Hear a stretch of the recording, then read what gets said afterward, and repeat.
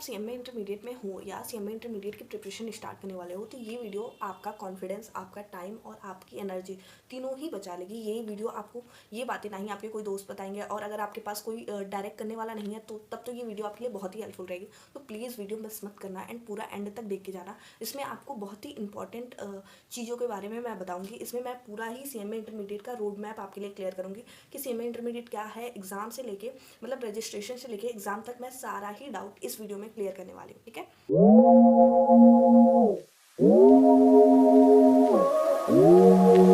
Everyone, this is me Ayushi and welcome back to my channel. तो अभी ये video जो है ना, ये सबके लिए हेल्पफुल होने वाली है। आगे का पार्ट देख के आप समझ ही गए कि मैं इस वीडियो में सीएमए इंटरमीडिएट के बारे में फुल्ली नॉलेज देने वाली हूँ। अगर आपके पास कोई डायरेक्ट करने वाला नहीं है तो ये वीडियो आपके लिए बहुत ही ज़्यादा हेल्पफुल रहेगी, क्योंकि इसमें मैं 1 to 1 सारी मिस्टेक, सारी चीज़ें आपको क्लियर ही करूँगी। आपको आसपास की नॉइज़ सुनाई दे रही होगी तो प्लीज़ उसको थोड़ा सा इग्नोर करना, ठीक है, एंड मेरी वॉइस पे कॉन्सेंट्रेट करना, ठीक है। तो स्टार्ट करते हैं। एंड दूसरी बात मैं बता दूँ ना, आपको स्किल ट्रेनिंग या सीएमए में किसी भी चीज़ से कोई भी दिक्कत हो तो आप मुझे इंस्टाग्राम या टेलीग्राम कहीं भी मैसेज कर सकते हो। दोनों साइड मैंने आईडी मेंशन कर दी है, ठीक है। तो वीडियो स्टार्ट करते हैं। 3, 2, तो सबसे पहले सीएमए इंटरमीडिएट है क्या, मैं सबको बता दूं। सीएमए कोर्स का ये सबसे क्रूशियल पार्ट है, क्योंकि फाउंडेशन इजी होके हम उसको पास करते हैं एंड फाइनल जो सबसे हमारा हार्ड और फाइनल डेस्टिनेशन होता है, उसके पहले ये बीच वाला एक पड़ाव कह लो या एक सबसे मेन पॉइंट कह लो, जिसको आपको बहुत ही एनर्जी, बहुत ही टाइमिंग एंड बहुत ही कॉन्फिडेंस के साथ आपको इसको क्लियर करना होता है। अगर इन तीनों में से ना टाइम, कॉन्फिडेंस और अटेम्प्ट तीनों में से कोई भी चीज़ कम होगी ना तो आपका सीएमए इंटरमीडिएट पूरी तरह ख़राब हो जाता है। आप ये बोल लो या बोल लो आप नहीं क्लियर कर पाते हो। तो 2 ग्रुप पास करने होते हैं। और इसमें हमारे सीएमए जो कोर्स का होता है वहाँ से रिटन फॉर्म स्टार्ट होता है। फाउंडेशन में तो हमने जो भी एमसीक्यू दे के पास करके और चले आए। अब लेकिन अब इंटरमीडिएट से आपको सीरियस होना पड़ेगा, क्योंकि अब ये इजी नहीं है। अगर आप मानो ना, फाउंडेशन में अगर 60 बच्चे एग्ज़ाम दे के आ रहे हैं ना, तो सिर्फ 40 ही आगे पास होके जाते हैं फाइनल के लिए। तो यहाँ पे आके आपको सीरियस होना पड़ेगा, ठीक है। अब दूसरा पॉइंट स्टार्ट करते हैं ना। सबसे पहले हमें रजिस्ट्रेशन कराना होता है सीएमए फाउंडेशन पास करने के बाद सीएमए इंटरमीडिएट के लिए। एंड पूरा मैं रजिस्ट्रेशन का प्रोसेस आपको एक्सप्लेन कर देती हूँ। आप रजिस्ट्रेशन 2 तरीके से करा सकते हो। सबसे पहले होता है ओरल। बच्चे ओरल तरीके से, ओरल मीन्स आपके इंस्टीट्यूट का चैप्टर होता है हर जगह पे। जैसे मैं गोरखपुर में रहती हूँ तो यहाँ पे भी चैप्टर है, आप जहाँ रहते होगे वहाँ पे भी चैप्टर होगा। हो सकता है आपसे काफ़ी दूर हो या आपके नज़दीक हो, जैसे आप पता कर लेना। आप जो सर्च करोगे ना गूगल पे तो आपको मिल जाएगा कि आपका चैप्टर कहाँ है। तो आप वहाँ पे जाके विजिट करके अपना प्रोसेस जो रजिस्ट्रेशन होता है वो करा सकते हो, या तो ऑनलाइन आप घर बैठे अपने आईसीएमआई के वेबसाइट पे जाके वहाँ से अपना रजिस्ट्रेशन कर लेते हो। अगर आपको चाहिए कि ऑनलाइन रजिस्ट्रेशन कैसे करते हैं तो आप मुझे बताना, मैं उस पर भी पूरा वीडियो लेके आऊँगी, ठीक है। अब दोनों में डिफरेंस क्या होता है, तो जो ओरल वाले बच्चे होते हैं ना, उन्हें डायरेक्टली तभी बुक मिल जाता है जब, जैसे मैंने दोनों टाइम फाउंडेशन और इंटरमीडिएट दोनों टाइम अपना रजिस्ट्रेशन जाके ओरली कराया था, तो मुझे तुरंत ही बुक रिसीव हो गया था। जबकि जो पोस्टल वाले बच्चे होते हैं ना, जो ऑनलाइन कराते हैं, उन्हें 1 महीने के टाइम लगता है और इंस्टीट्यूट वहाँ से बुक भेजता है, मतलब हमारे पास 1 महीने के अंदर आते हैं बुक, ठीक है। तो ये होता है पहला प्रोसेस। आफ्टर रजिस्ट्रेशन आपको डिसाइड करना होता है कि अब आप किस ग्रुप के लिए एग्ज़ाम देने जाओगे, क्योंकि रजिस्ट्रेशन आपका बोथ ग्रुप के लिए होता है। इसमें 2 ग्रुप होते हैं, हर ग्रुप में 4 सब्जेक्ट होते हैं, ठीक है। अब आपके पास डिसीजन होता है कि आप बोथ ग्रुप के लिए एक ही बार में जाओगे या सिंगल ग्रुप करके 2 अटेम्प्ट में इसको पास करोगे। बोथ ग्रुप और सिंगल ग्रुप के लिए मैंने पूरा वीडियो ही बनाया है, आप जाकर उसको देख सकते हो, आपके लिए बहुत ही हेल्पफुल रहेगा, ठीक है। अब आ जाते हैं, जैसे आप सेलेक्ट करोगे, सेकंड हमारा जो पार्ट आ जाता है वो आ जाता है कि अब सब्जेक्ट सिलेक्शन कैसे करना है और पढ़ना कैसे स्टार्ट करना है।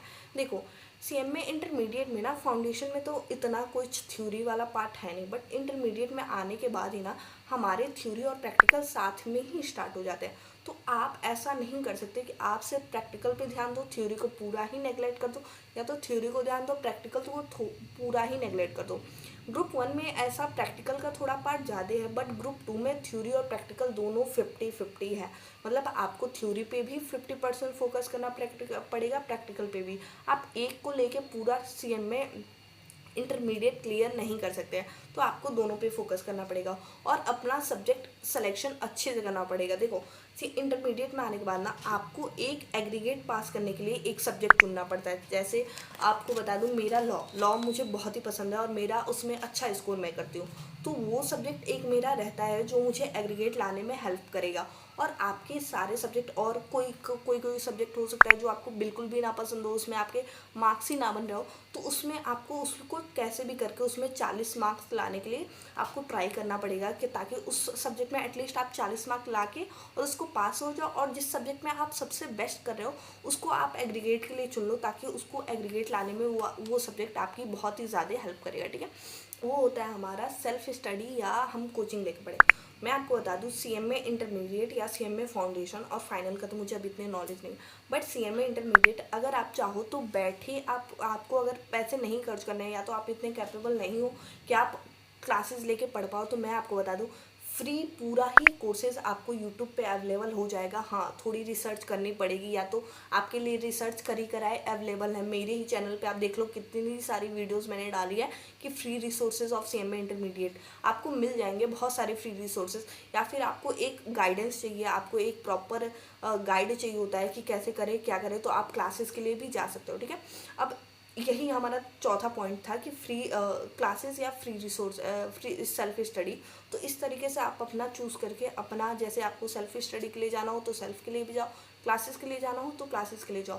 बट एक पॉइंट ज़रूर मैंडेटरी रखना, सेल्फ स्टडी के लिए जो भी बच्चे जाते हैं ना, उसके लिए काफ़ी दिमाग और काफ़ी मैनेजमेंट, सेल्फ कॉन्फिडेंस या सेल्फ मैनेजमेंट कह लो, इसकी नीड होती है। क्योंकि जो हमारे क्लासेस, जब हम क्लासेस बाई करते हैं ना, तो उसमें हमें 1-to-1 पढ़ाया जाता है और हमें एक आदत सी बनी होती है कि हाँ इतना कोर्स हमें करना है, इतना सर ने पढ़ा दिया, इतना सर ने करवा दिया, ये टेस्ट ले लिया, वो कर लिया। बट सेल्फ स्टडी में हम ही अपने टीचर होते हैं, हम ही अपना जो कुछ करना होता है हम ही होते हैं, तो हमें ही सब कुछ मैनेज करके सब कुछ पढ़ना होगा। ठीक है, तो ये सब देख के फिर सेल्फ या कोचिंग तब सेलेक्ट करना है। ठीक है, आते हैं हम हमारा डेली रूटीन। आफ्टर चूजिंग कि आप ग्रुप 1 दोगे या ग्रुप 2 दोगे, सबसे बड़ा हो जाता है कि हमारा डेली रूटीन कैसा हो, मतलब कैसे हम सारे सब्जेक्ट को एक एक करके पढ़ लें और पूरा हमारे एग्ज़ाम टाइम तक कोई भी बैकलॉग ना लगे, कोई भी हमारा बचा हुआ कोर्स ना रहे, हम कैसे कंप्लीट कर लें। इसके लिए आपको एक प्रॉपर ही डेली रूटीन बनाना होगा, प्रॉपर नोट्स बनाने होंगे आपके लिए, notes, formula book, short notes वगैरह जितने भी चीज़ें होती हैं ना, वो सब ही बनाने होंगे आपको। आपके लिए अगर आप सेल्फ कर रहे हो तब तो काफ़ी टफ होगा, लेकिन अगर आप कोचिंग ले रहे हो तो हो सकता है वहाँ पे भी टीचर्स आपको गाइड करें, आप खुद भी गाइड होके, और सब कुछ मतलब आपको अपने साइड से प्रिपरेशन करनी पड़ेगी, ताकि एग्ज़ाम टाइम में अगर आप बोथ ग्रुप दे रहे हो तो 6 से 7 घंटे टाइम बचेगा, उसमें आप रिवीजन कर लो, और सिंगल ग्रुप दे रहे हो तो 1 दिन मिलेगा, उसमें आप प्रॉपर रिवीजन कर लो। तो इसके लिए आपको पूरी प्लानिंग ही करनी पड़ेगी, जिसके लिए आपको डेली ही बैठ के पढ़ना पड़ेगा, और उसी टाइम में आपको अपना पूरा ही रिसोर्स एकदम फिट करना पड़ेगा, ताकि एग्ज़ाम टाइम में आप उतना पढ़ के पास हो सको। ठीक है, अब इसके बाद जो हमारा पॉइंट है वो हो गया है ऑल दिस, आपने सब पढ़ लिया, सब कर लिया, लास्ट जो सबसे मेन पॉइंट आ जाता है वो हो जाता है रिवीजन का। सब कुछ पढ़ने के बाद भी आपने अगर रिवीजन नहीं किया तो इतनी सारी पढ़ाई किसी भी काम की नहीं रह गई, क्योंकि रिवीजन इज़ द की, मतलब आप विश्वास नहीं करोगे, आप रिवीजन, आप जितना भी पहले पढ़े होगे ना, उसको जो भी जितना भी आप रिवीजन करोगे ना, एग्ज़ाम में आपके वही हेल्प करेगा। एग्ज़ाम से एक दिन पहले अगर आप कुछ नया पढ़ के जाके उसको एग्ज़ाम में लिखने का ट्राई करोगे ना, बिल्कुल भी नहीं आएगा, पूरा दिमाग से निकल जाएगा। तो आपको एटलीस्ट अगर आप बोथ दे रहे हो तो 3 रिवीजन, और सिंगल दे रहे हो तो 2 रिवीजन मस्ट है। मैं तो आपको यही सजेस्ट करूँगी, एक एग्ज़ाम पढ़ते टाइम कर लो, दूसरा एक रिवीजन करो, और तीसरा एक फाइनल एग्ज़ाम के टाइम करो। 3 रिवीजन मस्ट है, उससे कम नहीं चलेगा अगर आप बोथ ग्रुप दे रहे हो, तो मेरा यही सजेशन रहेगा। हो गया एग्ज़ाम राइटिंग, आपने रिवीजन कर लिया, नोट्स बना लिया, सब कर लिया, एंड बस आपको राइटिंग नहीं समझ में आ रहा है कि आपको एग्ज़ाम में लिखना कैसे है। क्योंकि मैं बता दूं, सीएमए इंटरमीडिएट हमारा रिटन होता है, तो इसमें राइटिंग के भी आपको मार्क्स मिलते हैं। आप अपने आंसर को कैसे प्रेजेंट कर रहे हो, इसके भी मार्क्स आपको अलॉट होते हैं। तो आप जितनी अच्छे से अपने आंसर को प्रेजेंट करोगे, उतना अच्छा ही इंस्टीट्यूट के साइड से आपको मार्क्स मिलेगा, और उतना ही पासिंग परसेंटेज आपका अच्छा बनेगा। तो प्लीज़ राइटिंग के लिए प्रैक्टिस किया करो। इसीलिए मैं आपको बोलती हूँ कि प्लीज़ नोट्स ज़रूर बनाया करो, क्योंकि नोट्स बनाने से हमें आदत रहती है कि हम लिखते कैसे हैं, और हमारा टाइम मैनेजमेंट भी होता है। अगर हम बोथ ग्रुप ले रहे हैं तब तो हमारा टाइम मैनेजमेंट बहुत ही ज़रूरी हो जाता है, कि 3 घंटे में आपको अपना पूरा एग्ज़ाम पेपर ख़त्म करना होता है। काफ़ी बच्चों का होता है कि पेपर ही छूट गया, क्वेश्चन ही छूट गया, तो ये सब ना हो, इसके लिए आपको एग्ज़ाम राइटिंग तो प्रैक्टिस मस्ट करनी चाहिए। एग्ज़ाम से पहले एक बार पूरा ही प्रैक्टिस कर लो कि उसको लिखना कैसे। ठीक है, एंड एट लास्ट आ जाते हैं सबसे कॉमन मिस्टेक, ये लास्ट पॉइंट है मेरा, जो सभी लोग करते हैं, कॉमन मिस्टेक, वो होता है ओवर कॉन्फिडेंस। जो कि मैं आ गई थी जब मैंने पहला अटेम्प्ट दिया था, कि हम बहुत ही ओवर कॉन्फिडेंस हो जाते हैं कि फाउंडेशन निकलने के बाद कि भाई मैं तो इंटरमीडिएट फोड़ दूंगा, तोड़ दूंगा, एक ही बार में हो जाएगा। नहीं होता है भाई। तो थोड़ा सा कॉन्फिडेंस, मैं ये नहीं कह रही हूँ कि कॉन्फिडेंस कम रखना, बट हाँ ओवर कॉन्फिडेंस मत होना। दूसरा, डीमोटिवेशन। जैसे जैसे एग्ज़ाम आते जाता है हमारा सिलेबस बल्क में हो जाता है, हमारे बैकलॉग लग जाते हैं और हम बहुत ज़्यादा डीमोटिवेट हो जाते हैं, जो कि हमें नहीं होना है। हमें खुद पे आप बिलीव रखो कि हाँ आप कर लोगे। अगर एग्ज़ाम टाइम में भी ना आपका कुछ सिलेबस छूट गया ना, कोई बात नहीं, उसको बाद में कंप्लीट कर लेना। जितना पहले हो चुका है उसको रिवीजन करके उसको एग्ज़ाम में अच्छे से प्रेजेंट करने का सोचो, ठीक है। आईसीएमआई के साइड से हमें जो भी रिसोर्स मिले हुए हैं प्लीज़ उनको इग्नोर मत करो, वो चाहे एमसीक्यू बैंक हो चाहे आईसीएमआई का मॉड्यूल हो। आप बिलीव नहीं करोगे, कॉस्ट में कभी कभी मॉड्यूल के क्वेश्चन एज इट इज़, मतलब उसमें जो नंबर होता है ना वो भी चेंज नहीं हुआ होता है, उसके साथ ही क्वेश्चन आ जाते हैं। तो मॉड्यूल बहुत ज़रूरी है, मॉड्यूल का रिवीजन करके जाओ, मॉड्यूल को नेगलेक्ट मत करो। And at last, over thinking मत करो कि मैं फेल हो जाऊंगा, मेरे से हो ही नहीं रहा है, मेरे से कर ही नहीं पा रहा हूँ, ये सब मत करो। रिवीजन प्रॉपर करके जाओ। डिमोटिवेट तो होना ही नहीं है यार, क्योंकि कोई भी अपने आगे से सीख के नहीं आया, सब यहीं बैठ के सीखेंगे। जो भी टॉपर बच्चे हैं वो भी ऐसा नहीं है कि उनको वरदान मिला हुआ है कुछ टॉप करने का, आप भी कर सकते हो, सब कर सकते हैं। तो बस इतना ही। तो ये थे मेरे कुछ पॉइंट्स, पूरा रोड मैप मैंने ऐसे ही समझा दिया सीएमए इंटरमीडिएट का। आप प्लीज़ मुझे कमेंट करके बताना आप ग्रुप 1 दे रहे हो या ग्रुप 2। मैंने दिसंबर 2025 में ग्रुप 2 दिया था।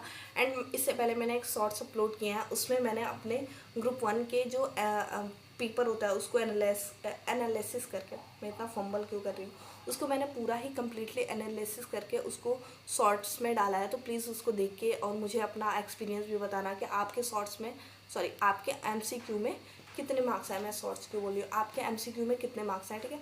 एंड अगर आपको ये वीडियो अच्छी लगी होगी तो please like share and subscribe. And Telegram और इंस्टाग्राम की आईडी मेरे आपके पास होगी, आप मुझे वहाँ मैसेज करके जो भी क्वेश्चन हो आपके स्किल ट्रेनिंग या इंटरमीडिएट या फाउंडेशन जिससे भी रिलेटेड हो, आप मुझसे पूछ सकते हो। Thank you for watching. अगर वीडियो अच्छी लगी हो तो please like share and subscribe जरूर कर लेना, क्योंकि मैं देखती हूँ मेरे वीडियोज़ को देखते इतने लोग हैं एंड सब्सक्राइब बड़े कम लोगों ने किया है। तो प्लीज़ अगर देखा करो तो सब्सक्राइब कर लिया करो, इसमें कुछ नहीं जाता, ठीक है। बाय।